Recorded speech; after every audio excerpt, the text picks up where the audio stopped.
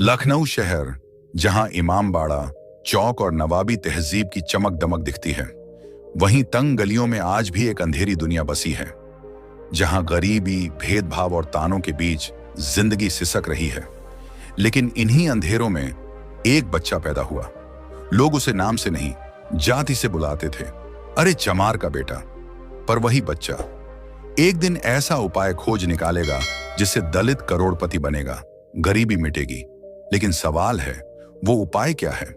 जानने के लिए वीडियो को लाइक करें, और अगर आप शिक्षा और संविधान पर विश्वास करते हैं तो कमेंट में लिखें जय भीम।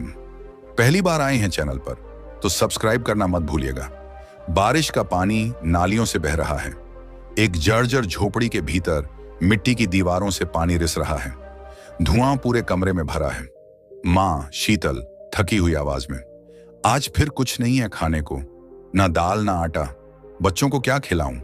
दरवाजे से अरुण का पिता रघुनाथ अंदर आता है, पसीने से भीगी कमीज, थके कंधे और हाथ में रिक्शे का हैंडल।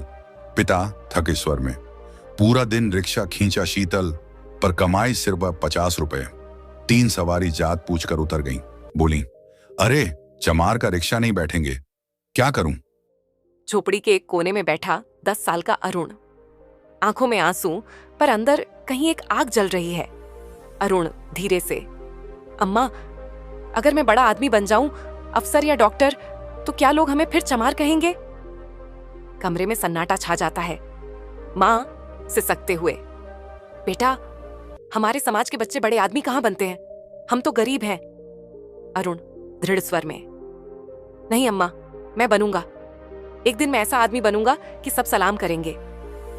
बच्चे मैदान में खेल रहे हैं। अरुण फटे पुराने जूते पहनकर क्लास में पहुंचता है। टीचर कड़क आवाज में, अरे तू बिना मोजे के क्यों आया?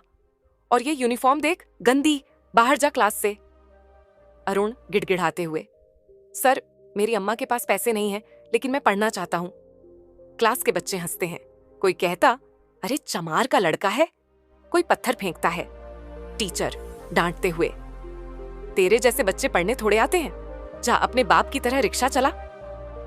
अरुण की आंखों से आंसू गिरते हैं, पर उसी वक्त वो मन ही मन कसम लेता है। अरुण मन में, मैं साबित करूंगा कि दलित बच्चे सब कुछ कर सकते हैं। अरुण रोते हुए घर लौट रहा है। रास्ते में एक बुजुर्ग बाबा बेंच पर बैठे हैं। बाबा, क्यों बेटा, इतना दुखी क्यों है? अरुण, सब कहते हैं कि मैं कुछ नहीं कर सकता क्योंकि मैं चमार हूं, मुझे पढ़ने से रोका जाता है। बाबा गंभीर मुस्कान के साथ, बेटा याद रख, तुझ में ऐसी ताकत छिपी है जो पूरी दुनिया बदल सकती है। तेरे सवाल का जवाब तुझे वक्त देगा। एक दिन तू समझेगा असली अमीरी क्या होती है। अरुण हैरान होकर, मतलब? बाबा धीमे स्वर में, बस इतना जान ले, हथियार तेरे हाथ में है, उसे पहचानना होगा। अरुण की आंखों में चमक। रात रात भर टिमटिमाते बल्ब की रोशनी में पढ़ाई। मां कपड़े सिलते हुए बेटे को देखती है। गांव वाले ताने कसते हैं, देखो चमार का बेटा किताब पढ़ रहा है। हा हा हा। पर अरुण डटा रहता है। अरुण की मेहनत रंग लाती है। यूनिवर्सिटी में प्रोफेसर उसकी कॉपी देखकर हैरान। प्रोफेसर, अरुण, तुम्हारा रिसर्च पेपर कमाल का है, तुम स्कॉलरशिप के लिए आवेदन कर सकते हो।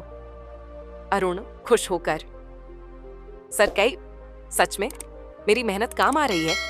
प्रोफेसर, हाँ, तुम्हारी मेहनत साबित कर रही है कि शिक्षा ही असली ताकत है। अरुण स्कॉलरशिप पाकर विदेश जाता है।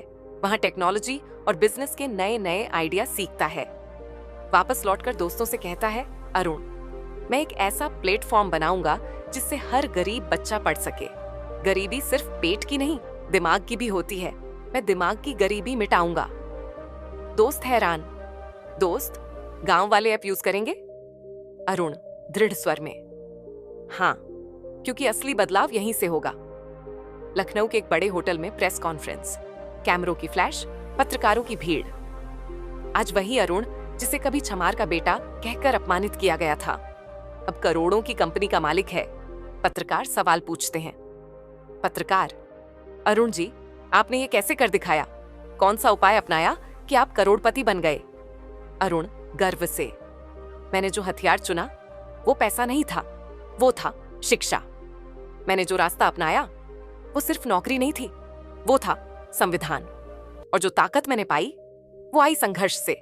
करोड़पति बनने का असली उपाय यही है, शिक्षा और संविधान। अगर हम ये हथियार उठा लें तो कोई भी दलित, कोई भी गरीब बच्चा अमीर बन सकता है। अरुण गांव लौटता है। माँ दरवाजे पर खड़ी है, आंखों से आंसू बहते हैं। माँ, बेटा, तूने साबित कर दिया कि चमार गरीब नहीं रहेगा। अरुण माँ के पैर छूते हुए, अम्मा, करोड़पति बनने का असली उपाय यही है, शिक्षा और संविधान। अब हमारा समाज कभी गरीब नहीं रहेगा। भीड़ जय भीम, जय संविधान के नारे लगाती है। बाबा साहेब की मूर्ति पर फूल चढ़ाए जाते हैं। दोस्तों, ये कहानी अरुण की थी, लेकिन असल जिंदगी में भी गरीबी मिटाने का एक ही असली उपाय है, शिक्षा और संविधान की ताकत। सवाल यह है, क्या हम अपने बच्चों को यह हथियार देंगे?